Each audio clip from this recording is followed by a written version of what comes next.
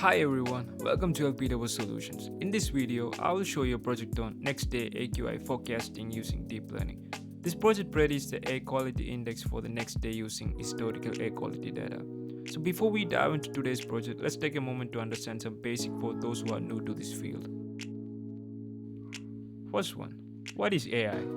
AI means machines that can act like humans to do tasks. For example, AI used in chatbots, organizing images, and even self-driving cars. Second one, what is machine learning? ML is a subset of AI that teaches the machine to learn from data. Instead of programming every single step, we provide the machine with data and let it figure out patterns on its own. Third, what is deep learning? DL uses neural networks inspired by the structure of the human brain. These networks are especially good at handling large amount of data like images, videos, and complex data sets. Now, let's talk some core concepts. What is supervised learning? In supervised learning, the model learns from labeled data. It's like teaching a child, you show them the examples and tell them what they are, and over time, they learn to recognize them on their own. There are two types of supervised learning. First one is classification. Classification means sorting data into fixed categories like identifying if an email is spam or not. Second one is regression. Regression means predicting continuous values. For our case, AQI predicting for the next day. Let's talk about the project. Why is this project important? Air pollution has become a global concern affecting health and the environment. Forecasting AQI helps people and government plan better by taking necessary precautions to minimize its impact. So, how does it work? The project uses past air quality data like PM2.5, PM10, NO2, and weather information to train a deep learning model. This trained model predicts the AQI for the next day. So, let's begin. Let's talk about the dataset we used for this project. We are using air quality data in India from Kaggle. The link to this dataset is provided in the description below if you like to explore it. This dataset contains air quality measurements including the AQI recorded at hourly and daily levels across various stations in multiple cities in India. For this project, we are focusing on the daily level data from the cityday.csv file.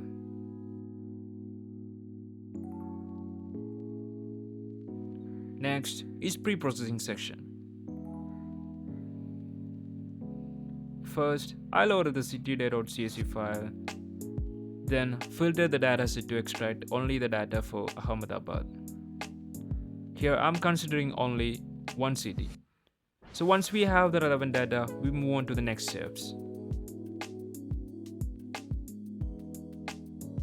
The filter data is then loaded and we do some basic pre-processing operations like removing unwanted columns, filling missing values, removing duplicated rows like that. So after doing the basic pre-processing operations, we use the chi-square method to select the appropriate features.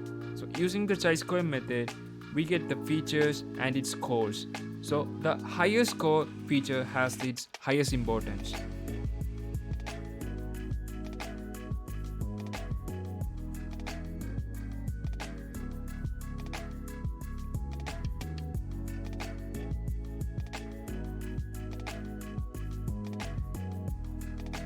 So based on the scores, we select the appropriate feature and save it as a CSV file.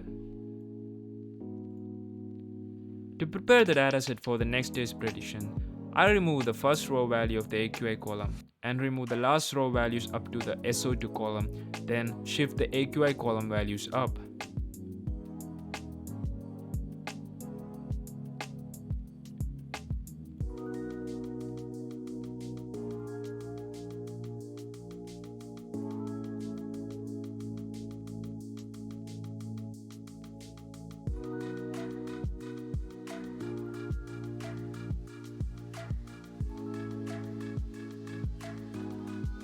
Next is training. First we installed the Smogen for data balancing for regression tasks. After that we imported some important libraries. Then we loaded our dataset, then we apply Smogen to our dataset. After that, using train to split function, we splitted the data for training and testing.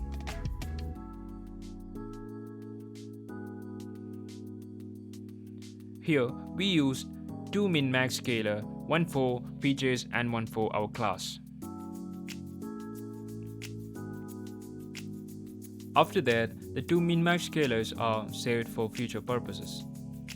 We reshaped our data for the model expected input. In this project, we are using LSTM model for training.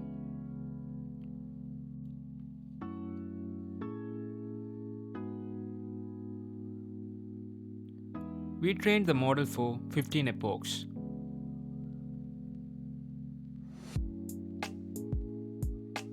Finally, the trained model is saved for future purposes.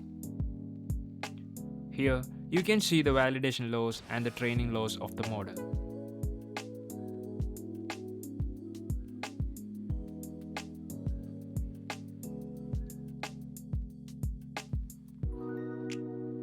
The final step is the testing. For testing, I created a desktop application using Tkinter. First, the model and the scalars get loaded.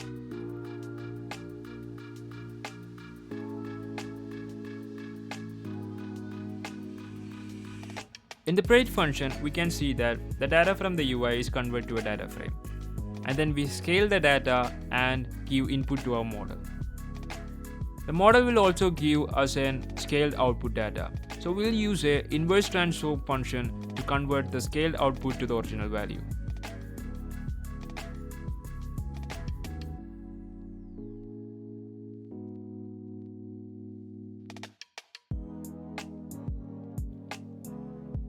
Let's run our program. Here we created and used an Anaconda environment for our project.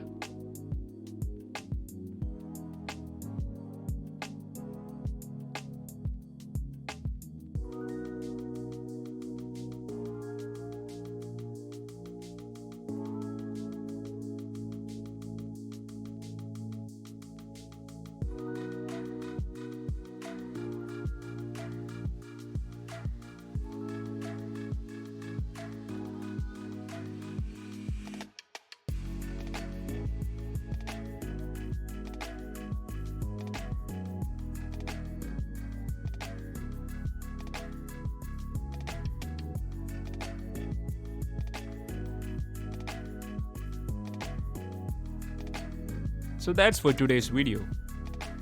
Thanks for watching. If you enjoyed this video, don't forget to like, subscribe and hit the bell icon for more project ideas.